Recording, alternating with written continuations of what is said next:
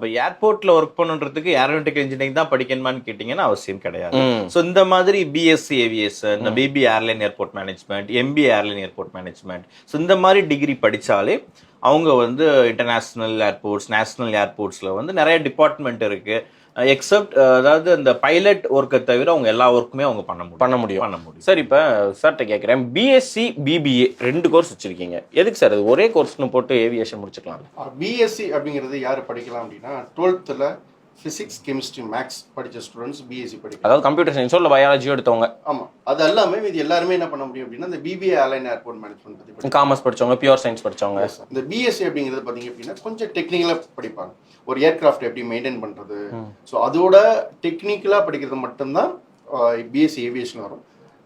Rest everything will be similar, எல்லாமே சேமாக தான் இருக்கும். ஆனால் ஜாப் ஓப்பனிங் பொறுத்த வரைக்கும் பார்த்தீங்க அப்படின்னா BSc aviation and BBA airline airport management 2 பேருமே இந்த கிரவுண்ட் ஹேண்ட்லிங் சொல்லுவாங்க. அந்த ஏர்போர்ட்டில் ஹேண்ட்லிங், கிரவுண்ட் ஹேண்ட்லிங் ஏஜென்சிஸில் தாராளமாக ஒர்க் பண்ண முடியும். என்னென்ன மாதிரியான வேலையெல்லாம் சார் பார்க்க முடியும் பசங்க? இப்போ நான் பிபிஏ படிச்சு முடிச்சிருக்கேன் சார், நான் வரணும்னு ஆசைப்படுறேன், 12வது முடிச்சிட்டேன், ஏசெட்ல வந்து பிபிஏ சேர்றேன் சார், படிச்சு முடிச்சிட்டேன், எனக்கு ஏர்போர்ட்டில் போனால் நான் என்ன சார் வேலை பார்ப்பேன்? ஏர்போர்ட்டை பொறுத்த வரைக்கும் சார் இதில் அரௌண்ட் 48 டிபார்ட்மெண்ட்ஸ் இருக்குது சார். ஏர்போர்ட்டை பொறுத்த வரைக்கும் 48 டிபார்ட்மெண்ட்ஸ் இருக்குது. இந்த 48 டிபார்ட்மெண்ட்ஸ்லேயும் ஒரு எக்ஸிக்யூட்டிவ் லெவலில், ஒரு சுப்பீரியர் கேட்டகரியில் இந்த ஏர்லைன் ஏர்போர்ட் மேனேஜ்மெண்ட் படிச்சவங்க போய் தாராளமாக ஒர்க் பண்ணலாம்.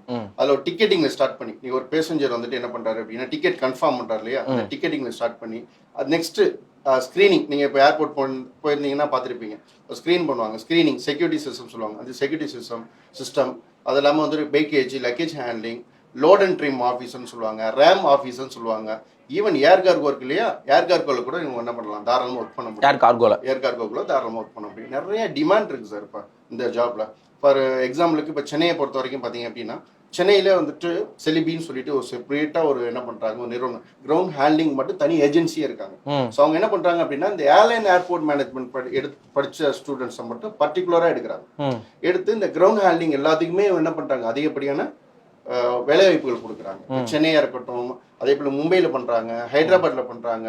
இப்போ லாஸ்ட் இயர் சார் ஒரு இன்ஜினியரிங் படிச்சுட்டு ஜாபுக்கு போனாப்புல அவங்களுக்கு சரியான ஜாப் செட் ஆகலை. 2வது விஷயம் என்னென்னா, அவர் ஏரோநாட்டிக்கல் இன்ஜினியரிங் முடித்தவர், அவர் எய்ம் என்ன பண்ணாலும் அந்த எய்ம் இவங்க அச்சீவ் பண்ண முடியல.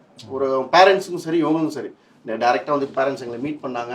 அவங்க சொல்லும் போதே என்ன சொன்னாங்க அப்படின்னா, சார் சின்ன வயசுலேருந்துட்டு ஒரு என்ன பண்ணாங்க, என் பையனுக்கு வந்துட்டு ஏர்போர்ட் ரிலேட்டடாவோ ஃப்ளைட் ரிலேட்டடாக ஒர்க் பண்ணணும் சார், இதான் சார் எய்ம். அதனால தான் என் பையனை என்ன பண்ணேன், ஏரோநாட்டிக்கல் இன்ஜினியரிங் படிக்க வச்சேன் சார். அப்படியாமா, அப்புறம் என்ன ஆச்சுமா? இல்லை சார், படிச்சுட்டு ரிலேட்டட் நிறைய ஜாப் சர்ச் பண்ணோம் சார், இது கிடைக்கவே இல்லை சார், கிடைக்கிறது ரொம்ப கஷ்டமாக இருக்குது சார். அப்படியே கிடைச்சாலும் அவங்க வந்துட்டு ஒரு டெக்னீஷியன் லெவலில் தான் போக முடியும். ஏரோநாட்டிக்கல் இன்ஜினியரிங் படிச்சு மெக்கானிக்கல் ரிலேட்டட் தான் போக முடியும் சார். பட் ஆனால் நீங்கள் ஏர்லைன் ஏர்போர்ட் மேனேஜ்மெண்ட் படித்தா உங்களுக்கு எது சூட்டபிளாக இருக்கும், உங்கள் கேட்டகரிக்கு எது சூட்டபிளாக இருக்கும், என்னோட தகுதிக்கு நான் இதில் ஒர்க் பண்ண முடியும், எனக்கு இது ப்ரிப்பேர் பண்ணுறேன் அப்படின்னு நீங்கள் டேரெக்டாக நீங்கள் அந்த ஜாபுக்கே போக முடியும். அதில் வந்து இந்த பையன் வந்து என்ன பண்ணாப்புல அப்படின்னா, ஃபர்ஸ்ட் இயர் ஜாயின் பண்ணாப்புல படிக்கும்போது ஃபர்ஸ்ட் இயர் படிக்கும்போது இண்டிகோவில் வந்து ஓப்பனிங் வந்திருந்தது. இண்டிகோ இன்டர்வியூக்கு நாங்கள் அனுப்பியிருந்தோம். ஃபர்ஸ்ட் ஒன்லி செலக்ட் ஆகிட்டாப்புல. நாங்கள் ஆக்சுவலி இது வந்துட்டு மிக ரொம்ப ஒரு சந்தோஷமான விஷயம் என்ன அப்படின்னா, அந்த பேரண்ட்ஸ் வந்துட்டு எங்களை மீட் பண்ணும்போது எங்கள்கிட்ட கேட்டது, ஏர்லைனில் ஒர்க் பண்ண முடியுமா, சாத்தியமா சார்? அவங்க வந்து ஒரு கட்டத்தில் நம்பிக்கையை இழந்துட்டாங்க. அதாவது ஏரோநாட்டிக்கல் இன்ஜினியரிங் படிச்சுட்டு ஒரு தவறான படிப்பை படிக்க வச்சுட்டோமோ, இதுக்கப்புறம் அது ரெலவெண்ட் வேலையே கிடைக்காதோ, அதுக்கப்புறம் நம்ம காலேஜ் கேள்விப்பட்டு வந்து மீட் பண்ணி வித்தின் 2 செமஸ்டர்லேயே ஜாப் கிடைச்சிருச்சு.